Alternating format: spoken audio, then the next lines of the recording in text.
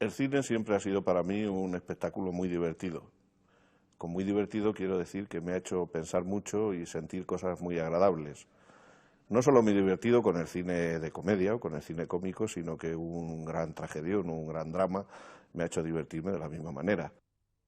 José Luis Cuerda nació en 1947. Albaceteño, confeso y militante, seminarista en su adolescencia, comunista en su juventud y hoy un hombre escéptico y pesimista.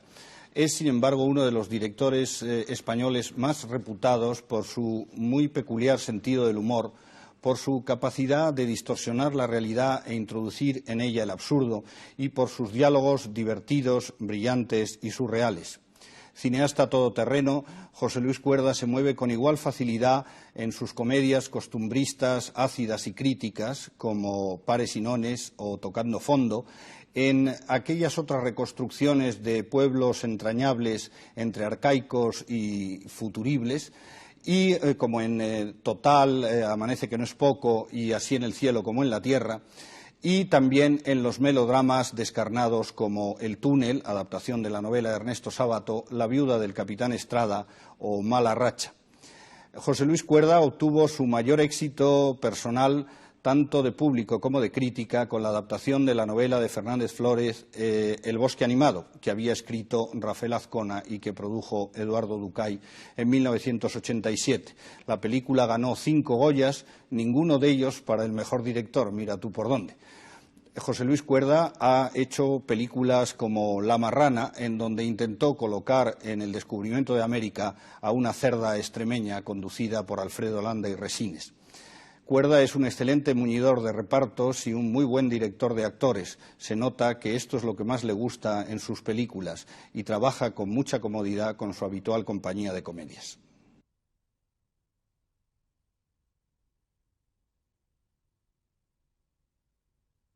Nací en Albacete el 18 de febrero de 1947 y mi infancia fue una infancia típica de provincias de la época, llena de sabañones, cabras, que eran esas cosas que te salían en las piernas cuando hacía mucho frío y luego las ponías al calor del brasero, boniatos, de paloluz, pipas, altramuces y cine a 3 pesetas, tebeos baratos. A mí no me daba para comprarme Superman, ¿no? Esos que valían ya, creo, a 3 pesetas, yo compraba los de 1,50 o los de 2 reales. Y fue una infancia atípica por la profesión de mi padre, que fue siempre un jugador profesional de póker. Entonces yo me acuerdo incluso cuando los escolapios me preguntaban la profesión, yo no sabía muy bien qué decir. Demasiado sabían los escolapios que lo que era mi padre era jugador. Y hubo una vez incluso que cuando le pregunté a mi padre, ¿y qué les digo yo a estos hombres cuando me preguntan, que me han dicho otra vez que cuál es la profesión? Mi padre lo resumió muy bien, dijo, tú di que soy requete, hijo. Le dije que era requete y el cura me dijo, tú lo que eres es tonto. Y ahí se terminó parte de mi infancia y empecé a adquirir la sabiduría que dan los batacazos que te da la vida. Yo tengo muy claro cuál fue mi primer recuerdo, cuál es mi primer recuerdo del cine, se lo dije hace poco a Fernando Fernán Gómez. Es un plano suyo en Balarrasa, tumbado en el suelo, cayendo nieve y a punto de morir helado. Ese es el primero, y el segundo lo tengo igual de claro, que es en la confluencia, lo que se llamaban las 4 esquinas de Albacete, la confluencia de la calle Mayor con la calle Ancha, repartieron en un momento determinado unos billetes de $, que por detrás lo que hacían era anunciar bienvenido Mr. Marshall. Esos son mis 2 primeros recuerdos de cine y además me alegro mucho que sean esos 2. Yo creo que de la infancia, que es la época más esponjosa por su propia naturaleza, por biología, es decir, la época en que te entran con más fuerza las cosas dentro del cuerpo y del alma, te queda todo. Es decir, que yo no puedo concebir nada de lo que he hecho siendo ya talludito sin que tenga una influencia directísima en mi infancia. El cine me gustaba mucho cuando era pequeño. Yo creo que las 2 cosas que más me han gustado y que se nota todavía eran comer y el cine. Me metí en el seminario porque de repente un verano los amigos con los que yo jugaba, es decir, 2 hermanos, los hermanos Tomás, César y Luis, me dijeron que se iban al seminario. Y dije, pues me quedo sin amigos, o sea, estos son con los que yo juego. Y luego además había otra razón casi tan seria como esa, y es que me gustaba mucho Rosa Mari, la vecina del piso de abajo de mi casa, y me daba una vergüenza espantosa decírselo. Yo no me atrevía a decirle que me gustaba, y entonces dije, pues si me voy al seminario mato dos pájaros de un tiro, sigo con mis amigos y me quito de en medio el problema de Rosa Mari, o sea que el celibato me ayuda a mí a no tener que declararme a los 12 años a la vecinilla de abajo. Y vocación religiosa, la verdad es que cuando entré yo no sabía muy bien lo que era aquello, porque yo pensaba que cuando se salía cura tú elegías destino, y no que de repente el obispo te podía mandar a un pueblo de párroco o de coadjutor. A mí eso ni se me pasaba por la cabeza. Y en cualquier caso, yo no sé cuál hubiese sido mi final, pero sí sé que uno de los amigos que se metió cantó misa y ha sido rector del seminario, y lo que he colocado muy bien es a mis superiores, porque uno es arzobispo en Valladolid y el otro es arzobispo en Vitoria, o sea que tanto el rector del seminario como el padre espiritual que yo tuve son dos eminencias a estas alturas. En Albacete, claro, yo salí de Albacete a los 15 años. Antes de los 15 años, el ambiente cultural que yo pude percibir, pues sobre todo lo que se entiende por ambiente cultural, elaborado, etcétera, etcétera, era nulo. Por ejemplo, en mi casa nunca hubo un libro.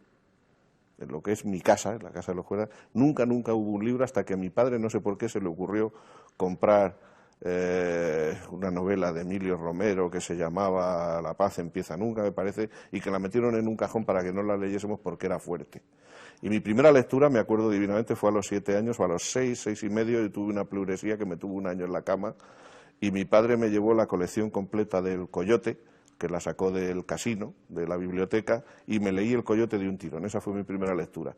Y simultánea con ella fueron 2 tomos de la revista taurina El Ruedo, con lo cual yo sé de Arruza mucho más que de León Tolstoy. Yo creo que, lo he dicho siempre, tuve la suerte de, al llegar a Madrid, y sobre todo alrededor de los 20 años, a hacerme amigo de la gente, de las mejores personas y personas más inteligentes que he conocido nunca. Ineludiblemente la política le sigue interesando a uno de por vida, y en determinados momentos, demasiado largos además esos momentos, más que interesar, la política me indigna. Es decir, me indigna que no se pueda, por métodos políticos, llegar a satisfacer las necesidades más primarias de los seres humanos, y me parece que eso no se consigue hacer pues porque no les da la gana, a unos poquitos, muy poquitos además.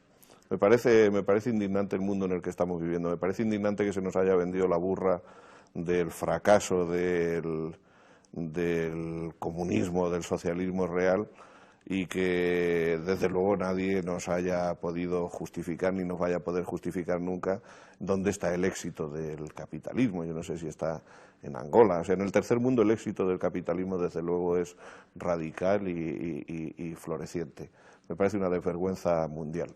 Yo empecé a interesarme por el cine como una dedicación. Lo primero que tengo que decir es que nunca se me había pasado por la cabeza a mí, cuando vivía en Albacete y tenía Sabañones, el que iba a dirigir películas. Me parecía aquello... Ni sabía lo que era dirigir películas, claro, pero cuando lo supe tampoco se me pasaba por la cabeza el que yo fuese a dirigirlas. Lo que sí empecé muy pronto, a los 12 años, fue a escribir, y prácticamente se puede decir que he escrito todos los días desde entonces. Y en un momento determinado, en la Facultad de Derecho, que yo lo que pensaba, pues más que ser abogado, era dedicarme a escribir cosas distintas, no sé, teatro, poesía, cuentos, novelas, etcétera. En un momento determinado me planteé que, puesto a ser, y lo pongo así entre comillas, artista, a estas alturas de curso, quizás el arte en el que con mayor facilidad pudiese uno expresarse, y más totalmente, fuese el cine. A estas alturas diré que ya que estoy haciendo cine no lo tengo tan claro, ni mucho menos. Me parece que vale más una palabra escrita que 1000 imágenes, es mucho más sugerente, y que las imágenes normalmente son reductivas, reducen las palabras. Yo creo que no hay nada más sugerente que la palabra de un poeta o que un sonido bien trabado musicalmente. Intenté 2 veces ingresar en la Escuela Oficial de Cine, y las 2 veces me suspendieron, yo diría que con justicia. Yo, cuando me presenté en la Escuela de Cine, sabía mucho menos que ahora, por lo tanto era fácil suspenderme. Me suspendieron en cualquier caso por motivos, yo creo, bastante pintorescos. en concreto, una de las veces me suspendieron porque no supe decir nada de la película que me habían puesto, de las películas que me habían puesto para comentar, porque eran películas que no me habían gustado nada. Y yo de lo que no me gusta, me cuesta mucho más trabajo hablar o escribir que de lo que me gusta. Prefiero partir del entusiasmo que de las ideas negativas. Y la otra vez fue pues porque Jesús Fernández Santos, que Dios lo tenga en la gloria, se empeñó en que yo me tenía que haber leído una novela escrita o que trataba sobre un exseminarista tal, y yo no me la había leído, y él insistía, pero hombre, habiendo estado en el seminario, esta novela que trata que a ti o que a usted, bueno, a usted le interesa tanto, y decía, pues eso es lo que se equivoca, es que a mí no me interesa nada porque haya estado en el seminario una historia de un exseminarista, y ahí nos trabamos en una discusión absolutamente estúpida que dio conmigo en el suspenso. En 1968 yo ingreso en Televisión Española en los servicios informativos, donde estoy 4 años, y en el sentido literal de la palabra tiro más metros de película que entre Bardén y Berlanga juntos. La mayoría de ese material era tirado, es decir, tirado en el sentido más ignoble de la palabra, porque era rodar cosas estúpidas, con finalidades mezquinas, etcétera, etcétera, como se puede suponer que eran los informativos de aquella época. Me valió para reflexionar con la práctica o con la cámara en la mano sobre qué pasaba si la cámara se ponía en un sitio o se ponía en otro, si se ponía con un objetivo o se ponía con otro, qué ocurría cuando te sentabas en la moviola y empalmabas de una determinada manera un plano o lo empalmabas de otra. Es decir, me valió para adquirir una habilidad técnica, por decirlo así, que nunca he valorado, excepto en lo que tiene de posibilidades de ajustarte a lo que estás contando en un momento determinado. Y en ese sentido, esos 4 años fueron buenos para mí, y se los tengo que agradecer a Televisión el que me pagase esa beca para que yo aprendiese lo que era una cámara y lo que era una moviola. Mientras que estaba en televisión en los servicios informativos, como al tiempo que estaba allí y ganaba yo pues alrededor de las... Para mí el desideratum era ganar 15.000 pesetas al mes, me acuerdo divinamente, de si a mí me dan 15.000 pesetas al mes, pueden disponer de mí para lo que quieran día y noche, pero como no